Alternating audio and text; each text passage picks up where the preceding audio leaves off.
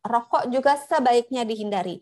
Karena rokok menurunkan kemampuan tubuh untuk membentuk antibodi melawan virus penyebab COVID-19. Hai sahabat Sonora, kembali lagi di video terbaru Kamu Sehat barengan sama Fidel dan Dr. Santi dari Medical Center Kompas Gramedia. Hai dok. Halo Fidel, halo sahabat Sonora dimanapun berada. Mudah-mudahan semuanya sehat. Dokter sehat kan dok? Sehat. Semoga pasien-pasien Dr. Santi juga cepat sehat ya. Iya, karena sekarang kan udah makin banyak yang divaksin. Mudah-mudahan nggak pada sakit lagi, pandemi cepat berlalu. Keren banget nih, dokter apa host sih, bridging-nya bagus. Oh iya, mau ngelamar jadi host. Nah, pas banget topiknya lagi ngomongin soal vaksin hari ini. Sebelumnya kita pernah bahas soal persiapan menuju vaksin. Apa aja yang boleh dan tidak boleh dilakukan ketika Anda mau vaksin. Nah, sekarang kan udah banyak nih yang divaksin ya. Program vaksinasi juga masih berjalan di Indonesia. Sekarang kita cari tahu nih, apa aja yang boleh dan tidak boleh dilakukan ketika Anda melakukan vaksin, sudah divaksin lebih tepatnya ya dok.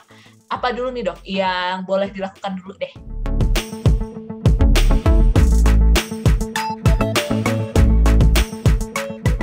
Yang boleh dilakukan sebetulnya semuanya sih berjalan menjalankan normal-normal aja ya. Iya, menjalankan hidup normal-normal aja gitu. Jadi ada juga beberapa pasien saya yang takut menggunakan lengan yang habis divaksin. Jadi misalnya lengannya yang divaksin kiri, maka lengan kirinya didiemin aja gitu, nggak digerak-gerakin, takut nanti ada apa-apa gitu. Nggak apa-apa. Sorry, lucu banget dok, kebayang kayak unyil ya dok, lengannya harus gitu. Ya, tapi ada loh. Ada. Jadi dia mau menggerakkan, aduh nanti kenapa-napa nggak vaksinnya gitu. Sebenarnya itu nggak apa-apa. Justru dengan menggerak-gerakan lengan yang di daerah yang disuntik itu bisa membantu mengurangi bengkak, mengurangi nyeri di daerah yang disuntik. Jadi digerak-gerakin seperti biasa nggak apa-apa.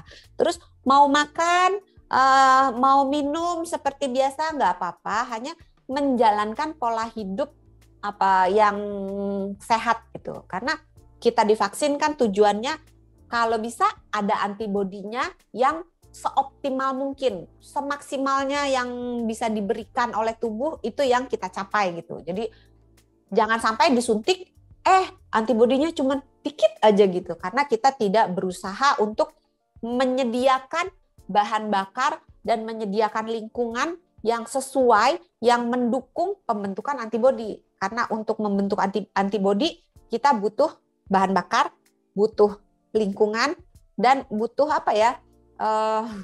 support supaya tubuh kita ini tidak menderita sakit-sakit yang lainnya. Jadi badan kita full konsentrasinya fokus hanya ke pembentukan antibodi terhadap penyakit COVID-19 gitu. Oke, berarti yang boleh dilakukan adalah hiduplah dengan normal ya dok, dengan protokol kesehatan.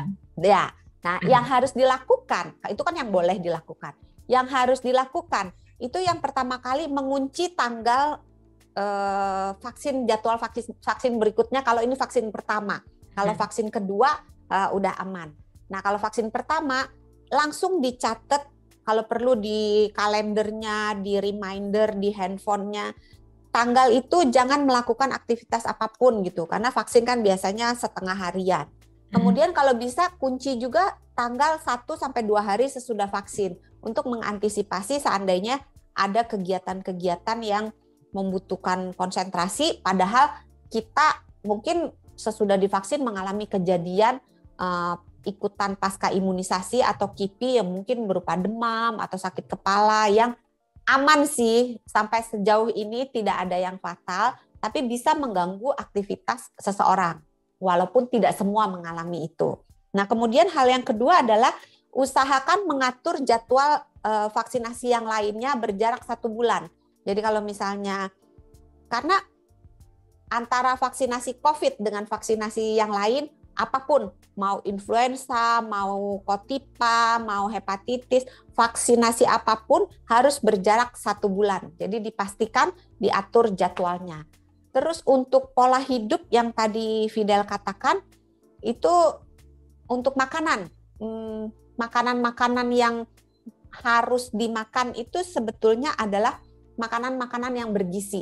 Jadi kita menyediakan bahan bakar berupa makanan yang bergizi, ya biasalah ada karbohidratnya, ada proteinnya, terutama protein, karena tentara untuk membentuk antibodi itu banyak yang terdiri dari protein. Protein itu sebaiknya jangan yang gorengan. Jadi kalau mau telur ya jangan telur goreng, telur rebus aja atau telur tim gitu ya. Terus tadi protein, karbohidrat, juga ada lemak baik, dan jangan lupa vitamin dan mineral dari buah-buahan dan sayur-sayuran. Terus minumnya jangan lupa harus cukup. Nah, yang asupan yang menurunkan kemampuan tubuh untuk membentuk antibodi adalah yang tinggi gula, tinggi garam, tinggi lemak jahat. Lemak jahat itu saturated fat atau lemak jenuh sama lemak trans. Jadi banyak tuh yang digoreng-goreng, keripik-keripik, apalagi ya, kalau saturated fat, creamer gitu-gituan, ya itu yang trans fat dan saturated fat. Terus jauhi juga alkohol. Tapi ini banyak yang bertanya, dokter, kalau tape boleh nggak? Tape kan ini, tape singkong kan atau tape ketan hitam itu kan ada alkoholnya. Nggak apa-apa kalau itu alkoholnya rendah. Yang tidak boleh itu adalah minuman beralkohol. Karena minuman beralkohol tidak ada zat gizi yang lainnya yang berguna untuk tubuh. Tapi kalau misalnya tape singkong atau tape ketan atau makanan apapun yang difermentasi itu mengandung probiotik. Kadang-kadang dalam satu sediaan, dalam satu makanan tuh ada probiotik, ada prebiotik. Kayak kimchi kan ada probiotiknya bakteri baiknya, dan ada prebiotiknya yaitu sayurnya. Sawinya itu ya. Jadi kimchi itu komplit, ada prebiotik, ada probiotik. Nah, kalau tape itu ada karbohidratnya karena dibuat dari singkong, tapi karbohidratnya aman karena sudah difermentasi. Kemudian ada bakteri baiknya. Jadi bakteri baik malah membantu tubuh untuk membentuk antibodi untuk melawan penyakit COVID-19. Jadi minuman beralkohol, makanan atau minuman yang mengandung kadar gula tinggi, garam tinggi, ataupun lemak jahat tinggi, itu sebaiknya dihindari. Kemudian rokok juga sebaiknya dihindari. Karena rokok menurunkan kemampuan tubuh untuk membentuk antibodi melawan virus penyebab COVID-19. Terus satu lagi yang tadi dilupakan. Kalau misalnya sahabat Sonora mengalami efek samping akibat penyuntikan vaksin terhadap COVID-19, kalau tidak sampai mengganggu aktivitas, kalau masih bisa ditahan aja. Karena ada beberapa penelitian yang mengatakan bahwa minum obat pereda nyeri dapat menurunkan aktivitas sistem imun dalam membentuk antibodi. Tapi bukan berarti tidak boleh minum obat pereda nyeri ya. Tapi kalau misalnya cuman anget-anget doang dikit, ya udah ditahan aja. Mungkin minum airnya dibanyakin, terus dilakukan kompres dengan air hangat atau mandi air hangat, terus pakai bajunya yang kendor gitu. Kalau sampai masih juga mengganggu, baru minum paracetamol. Bukan berarti nggak boleh ya sahabat Sonora, tapi kalau gejalanya sangat ringan atau bahkan tidak ada gejala, tidak perlu diberikan obat apapun. Itu untuk efek samping. Tadi efek samping udah, jadwal udah, gaya hidup udah, gaya makan ya.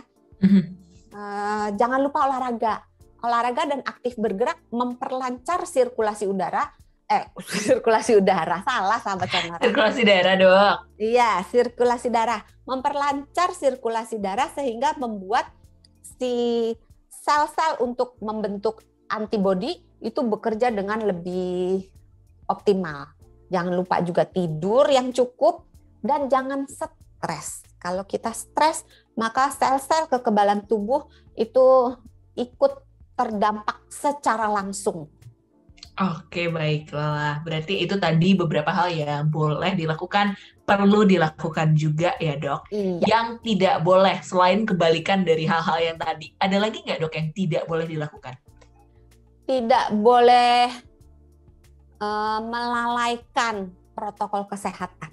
Nah, itu dok. Kayaknya masih banyak ya yang suka naruh gitu di sosial media atau berita-berita tertentu gitu kan.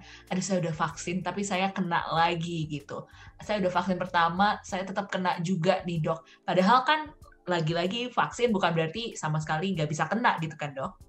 Iya, karena sesudah vaksin itu masih aja ada kemungkinan orang kena COVID-19. Karena terkait dengan efektivitas vaksin yang berbeda-beda antar jenis vaksin dan kemampuan tubuh yang berbeda-beda dalam hal pembentukan antibodi, itu menyebabkan kita tidak boleh melalaikan protokol kesehatan sampai tercapainya herd immunity atau imunitas kelompok yang diperkirakan 70-80% orang sudah pernah menderita COVID-19 atau sudah divaksin, itu sudah terjadi di seluruh wilayah kita. Baru kita boleh beraktivitas dengan apa ya, seperti normal zaman dulu yang nggak pakai masker gitu, itu boleh. Tapi dengan catatan penyakit kan nggak cuma COVID ya, kan masih ada TBC, masih ada influenza dan sebagainya yang jalur penularannya itu sama dengan penyakit COVID-19 melalui droplet. Jadi kalau memang sahabat Sonora mau aman, ya kalau kita sakit, kita pakai masker supaya kita tidak menularkan kepada orang lain. Jadi bukan berarti pakai masker selama-lamanya tidak akan. Kalau sakit ya tetap pakai gitu. Oke, berarti yang tidak boleh adalah melanggar protokol kesehatan ya? Iya. Kalau mau berharap pandemi cepat selesai, ya sahabat Sonora konsekuen. Ayo kita sama-sama ketat melakukan protokol kesehatan, sama-sama sebanyak mungkin melakukan vaksinasi, karena tidak semua orang boleh divaksin. Jadi apa ya, supaya tercapainya kekebalan imunitas kan minimal 80%, 70-80% populasi atau orang yang ada sebuah wilayah tersebut harus divaksin. Nah, karena tidak semua orang boleh divaksin, misalnya orang-orang yang sudah sangat lanjut usia atau orang-orang yang menderita penyakit autoimun itu yang betul-betul tidak bisa divaksin, akan terlindungi kalau orang-orang yang harusnya bisa divaksin semuanya divaksin. Jadi benar-benar harus vaksinasi ini bukan sesuatu yang program apa ya, banyak yang menuduh ini program politik, ini program ekonomi dan sebagainya. Tidak, ini program kesehatan. Biar cepat selesai udah mulai bosen gak sih? Iya. Tapi tentunya protokol kesehatan nggak boleh bosen untuk dilakukan ya, harus terus dilakukan ya dok. Iya, dan protokol kesehatan jangan lupa Fidel, mencuci tangan itu mencegah kejadian infeksi lainnya. Karena sekali lagi penyakit nggak cuma COVID. Kita nggak cuci tangan, kita makan, ada kemungkinan kita cacingan, ada kemungkinan kita kena penyakit diare gitu kan. Atau kita misalnya nggak pakai masker, kita ketularan influenza dan sebagainya. Nah, kalau habis divaksin kita sakit yang lain, maka badan kita jadi terpecah dua gitu loh. Sebagian kekebalan tubuhnya dipakai untuk membentuk antibodi terhadap COVID-19, sebagian dipakai untuk mengobati sakit yang kita derita. Jadi kalau kita kena diare, ya tentaranya dipakai sebagian untuk ngobatin diarenya. Kan jadi nggak maksimal. Fokus, iya, nggak maksimal nanti hasilnya. Oke, baiklah. Jadi dicatat, dilakukan juga sahabat Sonora apa yang boleh dan tidak boleh ya, perlu dan sebaiknya tidak Anda lakukan setelah selesai divaksin ya. Dr. Santi, terima kasih banyak. Sama-sama, mudah-mudahan informasi ini membantu dan supaya apa ya, kekebalan tubuhnya timbul sebanyak-banyaknya, seoptimal mungkin yang bisa, sehingga ya pandemi cepat berlalu. Lelah. Tapi jangan lelah-lelah sahabat Sonora untuk jaga protokol kesehatan, jaga daya tahan tubuh Anda, dan juga jaga kesehatan Anda dan keluarga ya, orang-orang di sekitar Anda. Jangan lupa divaksin juga kalau memang Anda diperbolehkan secara kesehatan ya dok. Iya. Oke sahabat Sonora, berarti itu tadi ya, apa yang boleh Anda lakukan, tidak boleh, perlu dan tidak perlu kalau bisa jangan bahkan untuk dilakukan setelah Anda divaksin. Dokter Santi, terima kasih banyak. Sama-sama. Jangan lupa sehat itu mudah, sehat itu murah. Jangan lupa juga sahabat Sonora, masih banyak video menarik lainnya di YouTube channel Sonora FM. Anda bisa langsung subscribe dan juga tonton berbagai video di YouTube channel Sonora FM. Dan juga buat yang mau mendengarkan Kamu Sehat versi podcast, ada di Spotify, di Google Podcast, dan juga Apple Podcast. Kita ketemu di episode berikutnya. Bye! Dah.